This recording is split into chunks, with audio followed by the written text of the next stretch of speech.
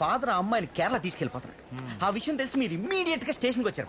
Villain ఒక్క మనిషి ఫటా ఫటా ఫటా ఫటా ఫటా అని పరిగెత్తుకుంటూ వచ్చాడు. "ఏయ్, ఇలా రా." అప్పుడు ఆయన ఇలా పట్టుకొని పక్కనే ఉన్న కత్తిని ఇలా తీసి చక్కమని నరికారు బాబు.